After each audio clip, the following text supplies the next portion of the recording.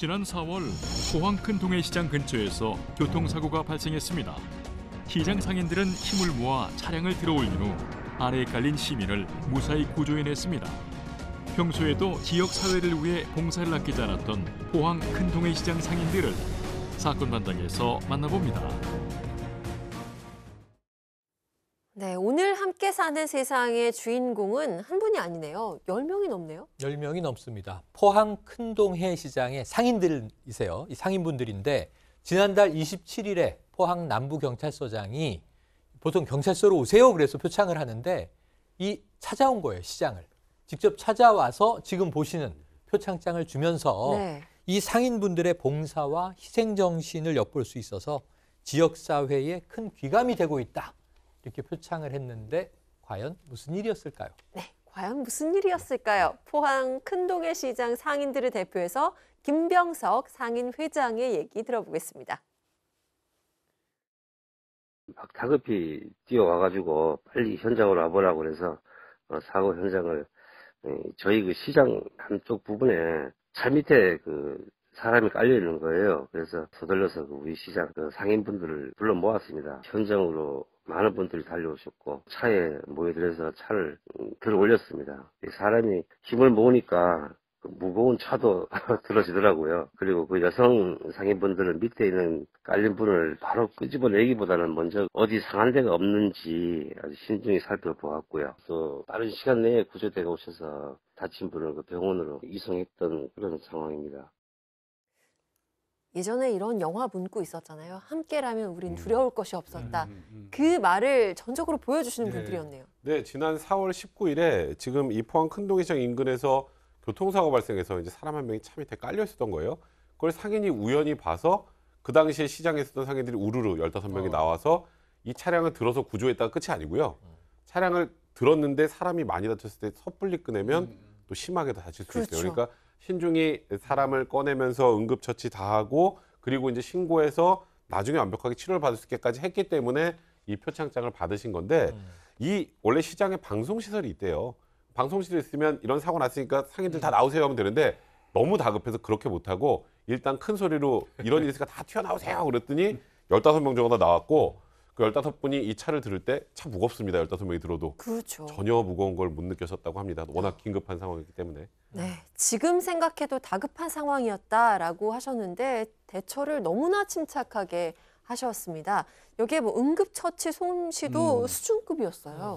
이게 그럴 수밖에 없는 게요. 이분들은 그 인근 소방서, 그러니까 시장을 관할하는 소방서하고 업무 협약을 맺어가지고 자매 결연도 맺었대요. 네. 그러니까 그 과정에서 응급처치 교육도 열심히 받고요. 안전교육도 열심히 시킨 거예요. 소방서에서. 그러다 보니까 이번 같은 경우 배운 대로 차만 드러내고 차 드러내고 사람 무닥닥 꺼내다가 잘못하면 추가 부상 나올 수 있잖아요. 그것까지 살피는 그 정도의 이 안전 기초가 돼 있던 거죠. 그랬던 거고요. 하여튼 이렇게 이제 그 살리고 나니까 사고 낸 그 운전자분이 음료수 박스 들고 찾아왔대요. 감사하다고.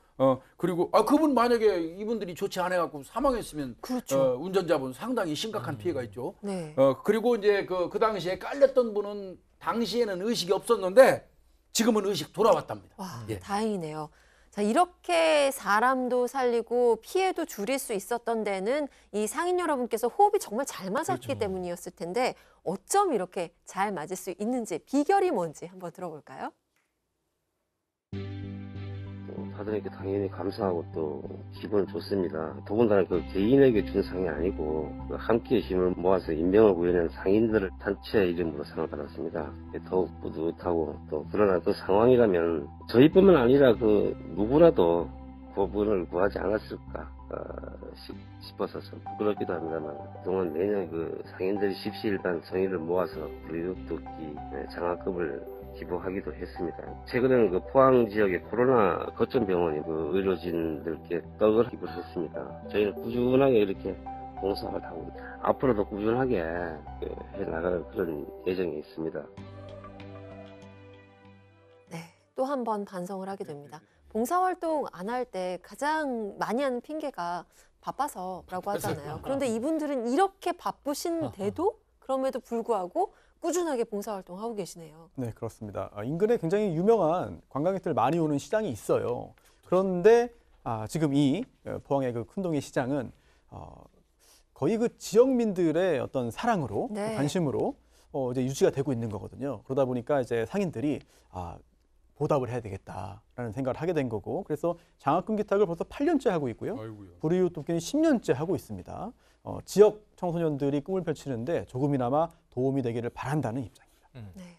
그런데 요즘 코로나19 때문에 너무 모두가 힘들잖아요. 특히 자영업 하시는 분들은 더 절감을 하실 텐데, 근데 이분들은 오히려 그 숨어있는 영웅들을 응원하고 계세요. 전 이분들이 걱정인데, 시장 상인분들이. 네. 이분들은 더 찾아다니고 있어요. 예를 들면 지금 포항에 이 코로나19 거점병원이 생겼습니다.